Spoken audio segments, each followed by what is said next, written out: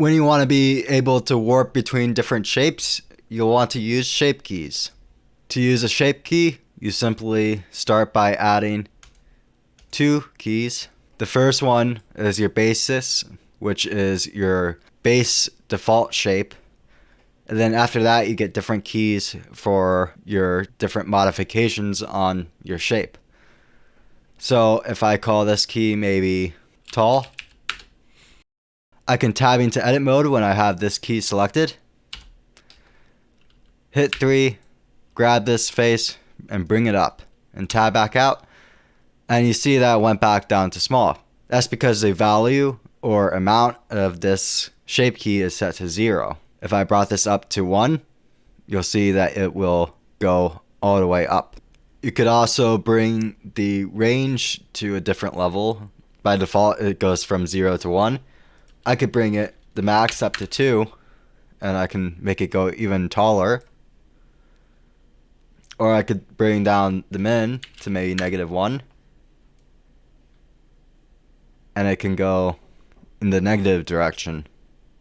We got vertex group, which will, if I made a vertex group and hit Control Tab, weight paint, and just painted the weights here for the group, and then went back to object mode. I can grab my group, and then you can see that it's affected based off of the weights in your vertex group. If I wanted to, I could make another shape key and maybe make this wide, and I can scale this, and you'll see that they can combine and that they store basically the movement of each vertice. Now if I tabbed in and say added an edge loop, well, this edge loop is still there in the basis of the model. We also got a relative to, which determines which is the basis for this key. So by default, we got it set to basis. So if I change this to tall, it will now be based off of tall. And because this plane is up higher in the tall,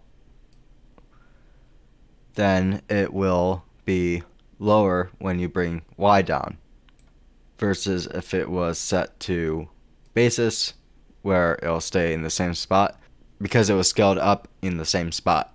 I could also turn off relative, which instead of mixing between these based off of value, it will then go based off frames, which you can't change. It goes from frame 0, 10, 20, and you can go and bring the time up and it will fade between the different keys in order. So you hit 10 and you're at the top of tall, and then as you go to 20, it fades into wide. So then you can go through the list fading to each of these shapes. I'm going to turn relative back on. If you wanted to, you could hit I on this value to add it as a keyframe. Then if I move over, I can bring this to 1. Hit I again to keyframe it. And now you can see that it animates. Maybe I'll go and add it here as well. I and 1 I. So now if I hit play, I can have these shape keys animated. This is useful in all kinds of things with animation.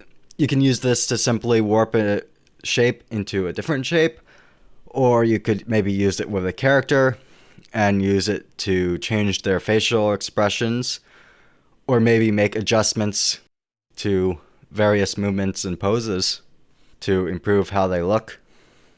This is MrTriPie, and thanks for watching. If you like this video, please like and subscribe to help my channel grow. Thank you.